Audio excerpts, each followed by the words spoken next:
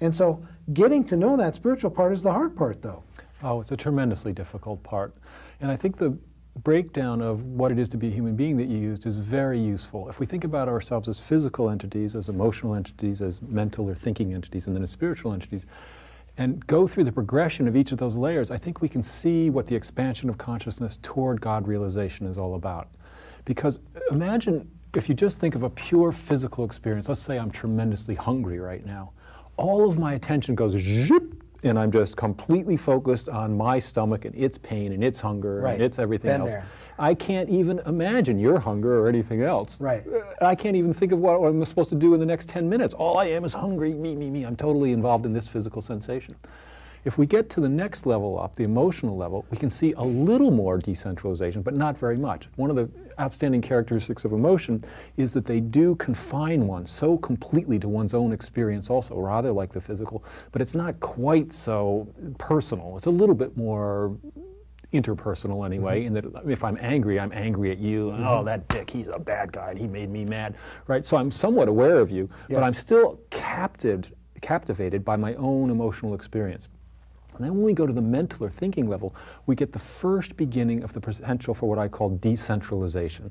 When I begin to think, which most people don't do very often, I'm able to kind of imagine the world from your perspective. I'm able to think about a larger whole. I'm able to think about what it's like to live in India or someplace else in the world. And suddenly I'm decentralized. Suddenly I'm not so locked into George Catlin and his personal experience. Well, in that exact same way, as we progress beyond the mental to what you called the spiritual, I would refer to as the Buddhic level of consciousness, one approaches a place where this sense of separation further dissolves and one gets a real sense of one's part in a larger whole. And that's what the spiritual path is like. Now, each of these levels is very comfortable in its own way and also very painful in its own way. But we're so familiar with the pain of one particular level that we're reluctant to move on from it to another level.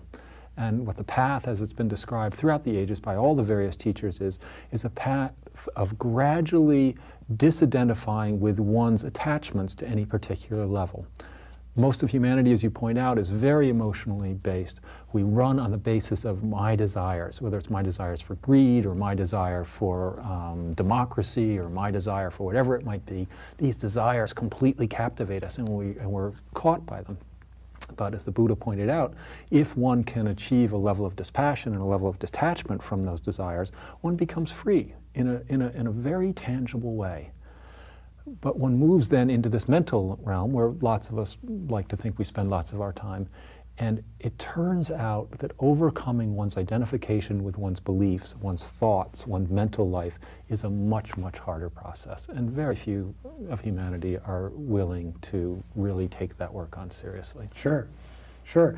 Now, most of us are walking around seeing like ourselves as separate. Of course. It's hard to grasp this brotherhood of humanity concept. It's much harder to think of ourselves as one. And yet, that is part of where you're saying we want to go if we're going to grow and evolve mentally and spiritually and continue to grow.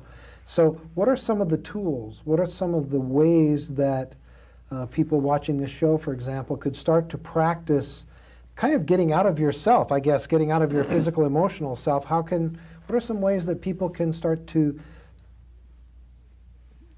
get a better sense of community with each other and less a sense of separation? Well, the first step is simply what I said before, is to genuinely just try to think, and to try to think about another person's perspective on any problem. So try to put yourself in somebody else's shoes. Absolutely, and this is something that we encourage people to do, or in intense negotiations, or people in some kind of conflict. See if they can try to picture the world from someone else's perspective. Okay. And as soon as you do that, you're largely freed up from your own perspective. So, but it's a very hard exercise. Just to try to perceive an argument from someone else's perspective, that's difficult. Yes. Right? Especially if you're heated in the argument, you're all involved in your perspective.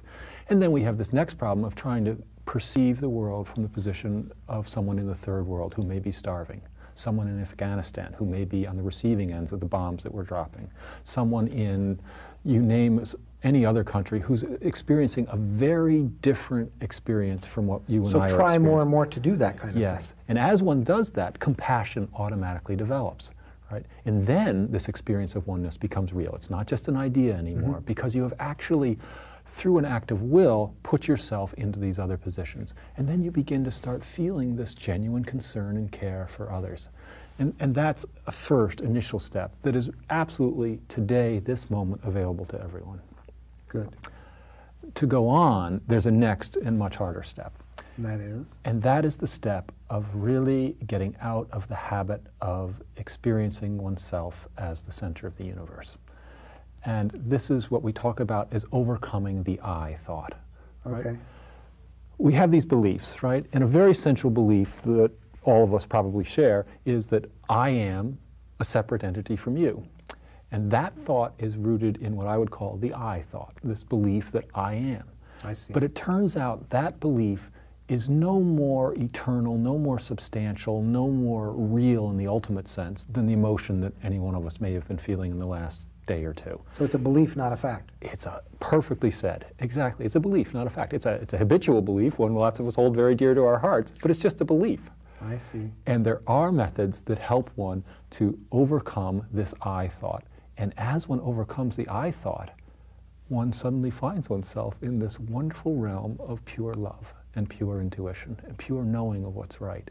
It's like changing channels on the television, not just to another channel, but to a whole different frequency of existence. It's a very distinctly different experience.